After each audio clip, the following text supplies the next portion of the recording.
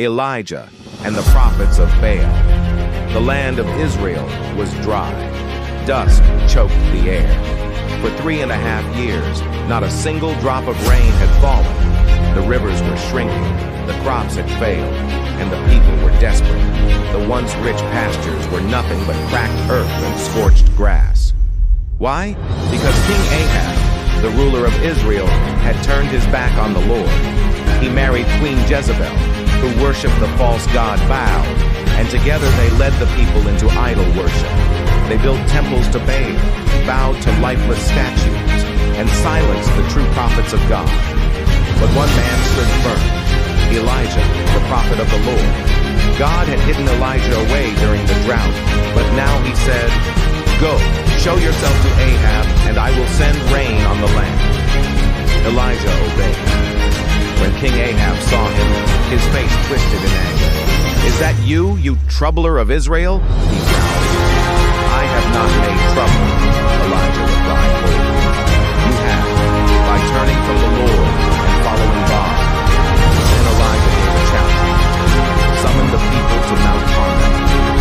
Bring the 450 prophets of Baal and the 400 prophets of Asherah who eat at Jezebel's table. We'll see who God is real." The sun beat down as a great crowd gathered on Mount Carmel. Israelites from every tribe came, curious, skeptical, hungry for truth. The prophets of Baal wore rich robes and gold charms. Elijah stood alone in a worn cloak, a wild fire in his eyes. He stepped forward and raised his voice. "How long will you waver between two opinions? If the Lord is God, follow him. But if Baal is God, follow him." No one answered. Silence hung in the air. "Here is the test," Elijah declared. "We will each prepare a sacrifice. We will lay a bull on wood, but we will not light the fire. Then we will pray, the God who answers by fire. He is God." The crowd nodded. The prophets of Baal went first. They prepared their altar, laid the bull on the wood, and began to shout, "Oh, Baal, answer us!" Hour after hour they danced, spun, leapt, and cried aloud. They slashed themselves with knives until blood poured from their arms. "Baal, hear us!" they screamed. Nothing. No voice, no fire, no answer.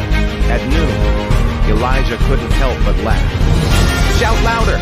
Maybe Baal is thinking, or busy, or on a journey, or maybe he's asleep and needs to be woken." Frustrated and exhausted, they cried out even more desperately, but Baal was silent. Then Elijah said, "Come here to me." He rebuilt the altar of the Lord using 12 stones, one for each tribe of Israel. He dug a trench around it. He laid the wood and the bull on top. Then he did something shocking. Pour water over the altar. Buckets of water soaked the bull, the wood, and the stones. Again, more water. A third time, water until the trench overflowed. Everything was drenched. Then Elijah stood alone. No shouting, no dancing, just a quiet, confident prayer. "Lord, the God of Abraham, Isaac, and Israel, let it be known today that you are God in Israel and that I am your servant. Answer me, Lord, so these people will know that you are turning their hearts back to you." And then it happened. A roar from heaven. A blast of white-hot fire fell from the sky. Boom! In an instant, the sacrifice was gone. The wood vaporized. The stones burned to ash. The water licked up by flames. Nothing was left but scorched earth and awestruck silence. The people